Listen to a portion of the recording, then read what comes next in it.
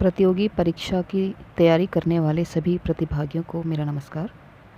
हिंदी सामान्य हिंदी कहें या हिंदी व्याकरण कहें, इस सीरीज़ में अभी तक हमने वर्ण विचार, शब्द विचार व संधि से संबंधित वीडियो बनाई, समझा कॉन्सेप्ट सहित, और महत्वपूर्ण प्रश्न भी देखे।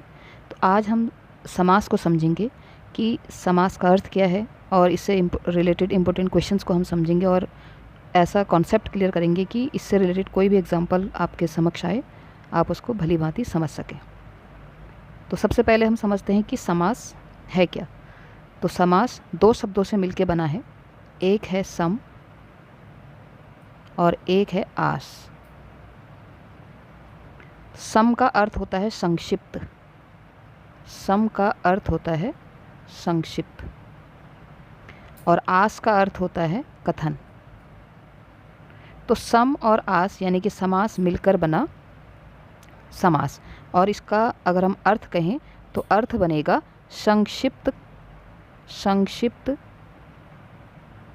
कथन, संक्षिप्त कथन। तो अगर सम का अर्थ है संक्षिप्त और आस का अर्थ है कथन, तो समास का अर्थ बना संक्षिप्त कथन या संक्षिप्त शब्द। अब हम अगर समास की परिभाषा की बात करें तो समास की परिभाषा है कि दो या दो से अधिक शब्दों से मिलकर, जैसे इससे पहले हमने संधि पढ़ी थी, तो संधि दो या दो से अधिक, दो वर्णों से मिलकर संधि बनती है, लेकिन समास शब्दों से मिलकर बनता है, तो ये आप ध्यान रखेंगे। अब समास किसे कहते हैं हम समझ गए। अब इसमें एक शब्द आता है समस्त पद या सामासिक पद, समस्त पद या सामासिक पद, सामासिक पद। तो सामासिक पद क्या होता है? सामासिक पद वो होता है जिसमें सामासिक पद मतलब क्रिया बनी होती है। जैसे अगर मैं बोलूँ नील कमल, तो इसमें समास हो चुका है, तो उसको हम बोलेंगे समासिक पद। ये कैसा शब्द है? ये समासिक पद है या समस्त पद है।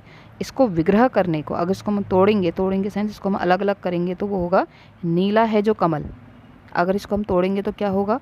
नीला है जो कमल। ठीक है, नीला है जो कमल, यह हमने इसको विग्रह किया, तो ये कहलाएगा समास विग्रह। और समास विग्रह या व्यास, व्यास भी कहते हैं उसको।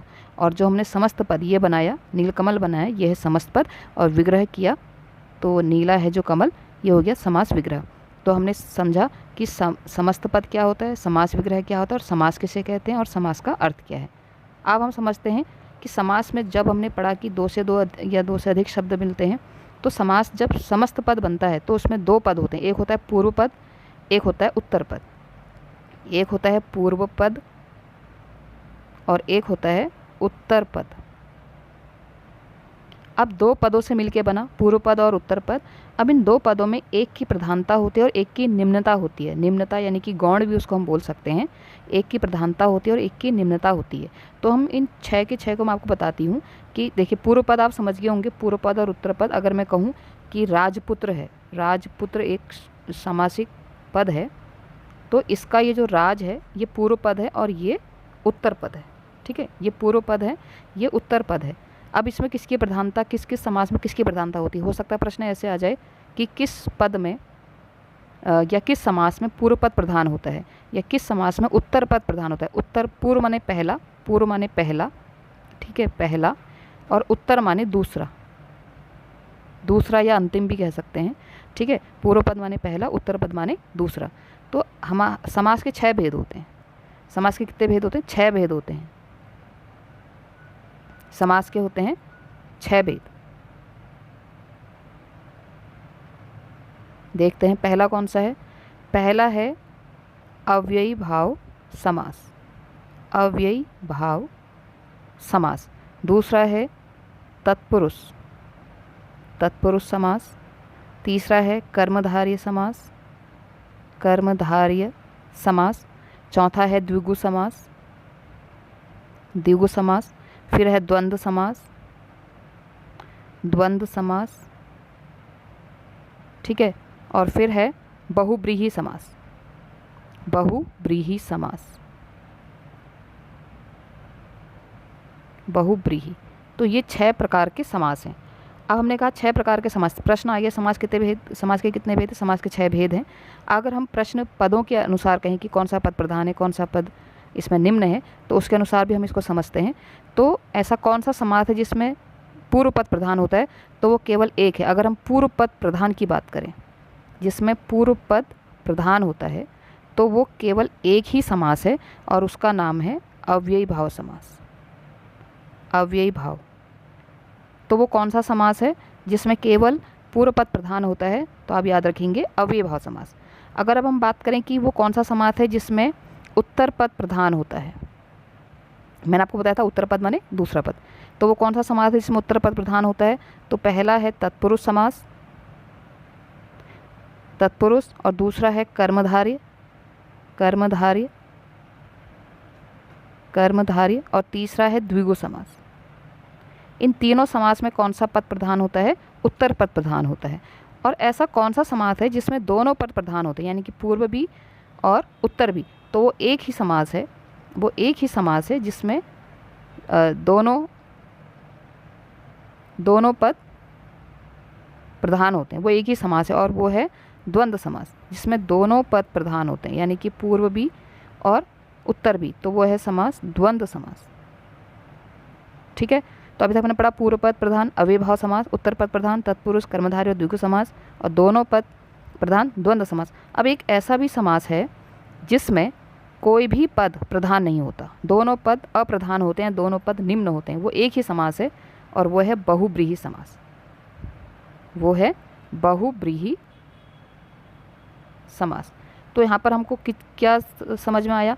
हमने अगर हम पदों के अकॉर्डिंग बात करते हैं, पूर्व पद प्रधान सिर्फ एक समास में है और वो है अव्ययी भाव समास। उत्तर पद प्रधान है तत्पुरुष कर्मधारय द्विगु में, दोनों पद प्रधान है द्वंद्व में, और दोनों पद अप्रधान है या कोई भी पद प्रधान नहीं है बहुब्रीहि समास में। अब हम आगे बढ़ते हैं और क्वेश्चंस के साथ साथ इसके कॉन्सेप्ट को समझते हैं। जैसे पहला प्रश्न है, यथाशक्ति में कौन सा समास है? तो यहाँ पे मैं आपको समास भी बताऊंगी और आंसर भी बताऊंगी और उसके साथ रिलेट करते हुए उसका कॉन्सेप्ट भी क्लियर करूंगी। तो पहला प्रश्न है, यथाशक्ति में कौन सा समास है? तो इसका उत्तर है सी, अव्ययी भाव समास। ये तो उत्तर है कि चलो अव्ययी भाव समास है, तो इसका आंसर अव्ययी भाव समास ही क्यों है? तो पहले समझते हैं। अभी हमने कहा कि अव्ययी भाव समास में पहला पद प्रधान होता है, तो यथाशक्ति, शक्ति के अनुसार इसका विग्रह होगा। तो पहला अव्ययी भाव समास की परिभाषा क्या होती है? अव्ययी भाव समास की परिभाषा ये होती है कि इसमें प्रथम पद अव्यय होता है।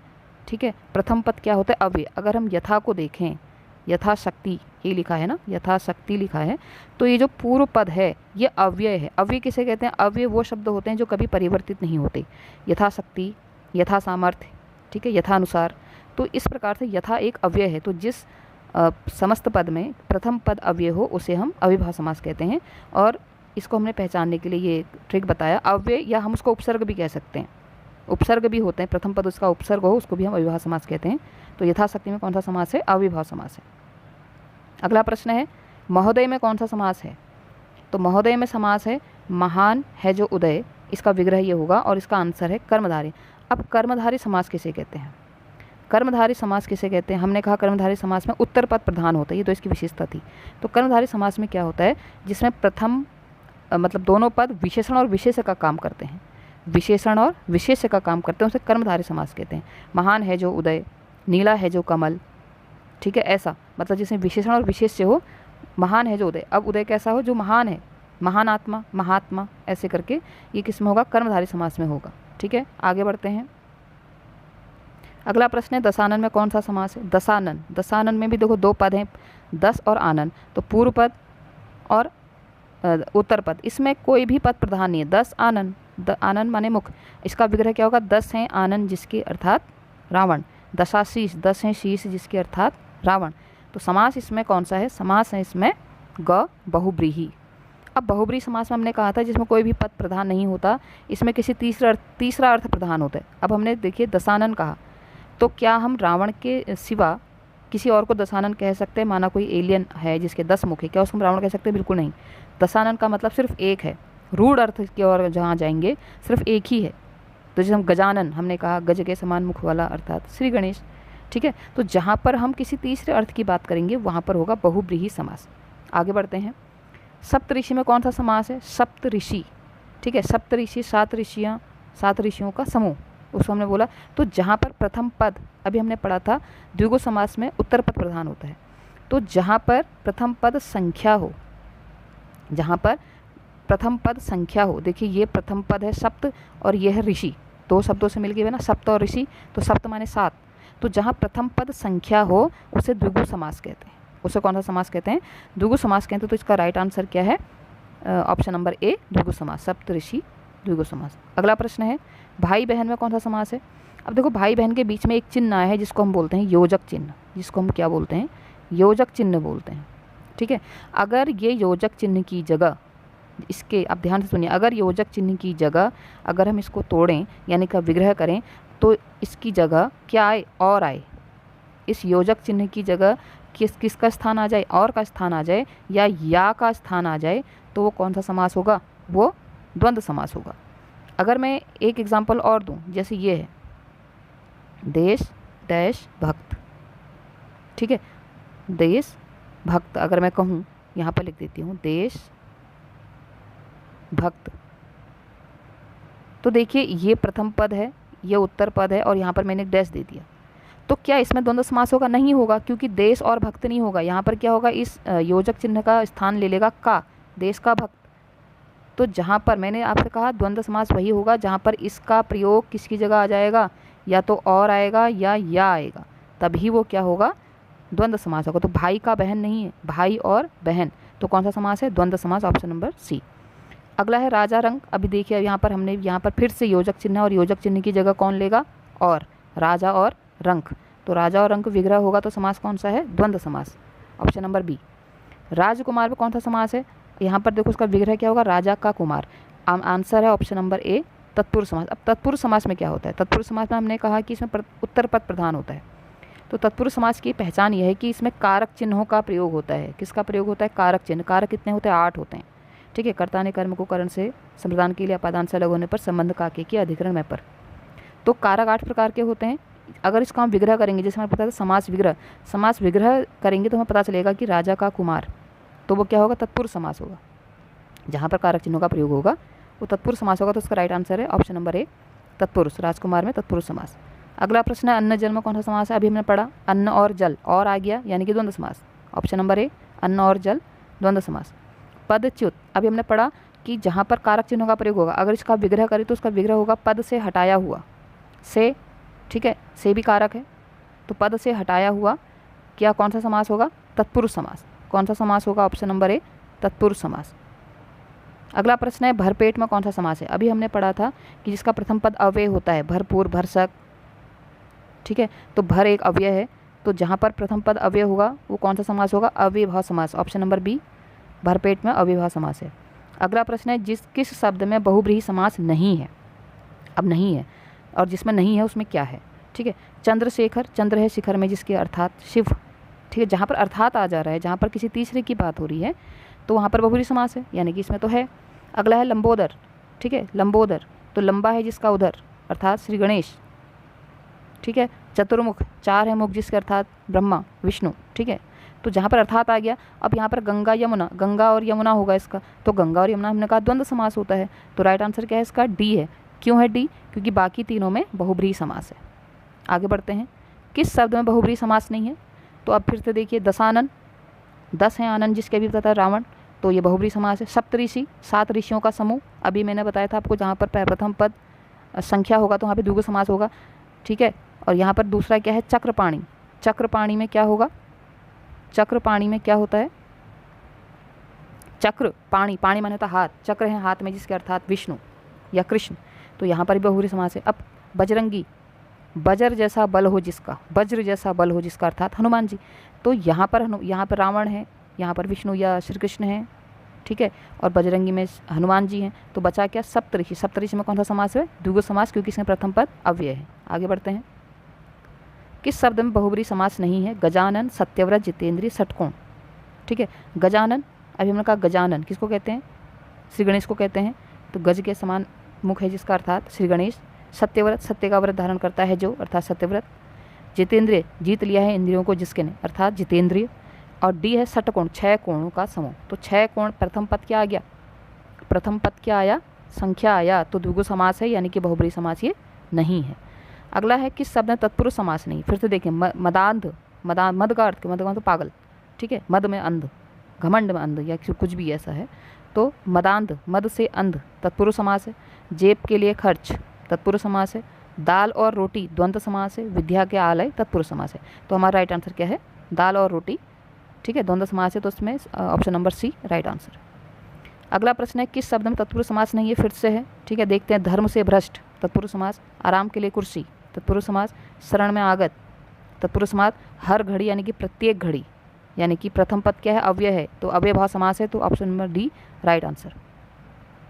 आगे बढ़ते हैं किस शब्द में तत्पुरुष समास नहीं है? फिर से भय से भीत, भय से भीत, भय मतलब भय से डरा हुआ, ठीक है, तत्पुरुष समास। रसोई के लिए घर तत्पुरुष समास। गंगा और यमुना द्वंद्व समास। घुड़सवार घोड़े पे सवार, तो हमारा राइट आंसर क्या है? सी, गंगा और यमुना द्वंद्व समास है, तत्पुरुष समास नहीं है। आगे बढ़ते हैं किस शब्द में द्वंद्व समास नहीं है?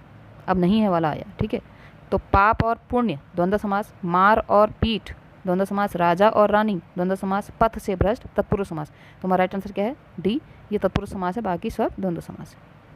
किस शब्द में द्वंद्व समास नहीं है? राग और द्वेष, ठीक है, यथासाध्य, देखो प्रथम पद क्या है? अव्यय है।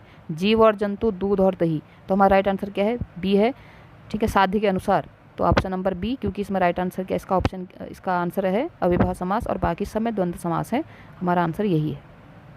अगला समास है किस शब्द में द्वंद्व समास नहीं है? ठीक है, रोग से मुक्त, जात और कुजात, धन और दौलत, घी और शक्कर, तो रोग से मुक्त तत्पुरुष समास है इसमें, यानी कि यही हमारा राइट आंसर है, ऑप्शन नंबर ए। अगला प्रश्न है किस शब्द में कर्मधारय समास नहीं है? ठीक है, अब हम समझते हैं इसको किस में नहीं है। ठीक है, नीला है जो अम्बुज, पहले तो ये समझिए अम्बुज क्या होता है और अम्बुद क्या होता है, दोनों में अंतर है। अम्बुद माने बादल होगा, अम्बुज माने कमल होगा, ठीक है, जहाँ पर नीरद माने बादल होगा, नीरज माने कमल होगा, ये ध्यान रखेंगे आप। नीरज माने कमल और नीरद माने बादल, ठीक है।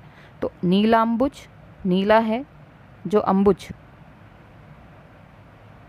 नीला है जो अम्बुज, तो क्या हो गया? कर्मधारय समास होता है। कर्मधारय समास में प्रथम विशेषण और विशेष्य होता है। नीला विशेषण हो गया, गुणवाचक विशेषण है। अम्बुज माने कमल, विशेष्य हो गया, नीला है जो कमल, नीलाम्बुज। चंद्र के समान है जो मुख, विशेषण, मुख्य विशेषता चंद्रमा के समान है, विशेषण हो गया। पुरुष में जो है उत्तम, पुरुषोत्तम, ठीक है। और डी है चौपाई, 4 पैरों वाला प्रथम पद क्या है? इसका संख्या है, तो हमारा राइट आंसर यही है, ऑप्शन नंबर डी। तो आज हमने पढ़ा समास, और समास में मैंने कोशिश की कि आप सारे 6 के 6 भेदों को समझें, उनका कॉन्सेप्ट समझें, और स्टार्टिंग मैंने आपको जो बताया पदों के आधार पर। तो आई होप कि आप समास को अच्छे से समझ गए होंगे, और इससे रिलेटेड इंपॉर्टेंट क्वेश्चन मैं आगे लाते रहूँगी। चैनल को के साथ जुड़ें, शेयर करें, लाइक करें, और जो टॉपिक और समझना चाहते हैं उसके लिए कमेंट करें। आज के लिए इतना ही, बहुत बहुत धन्यवाद।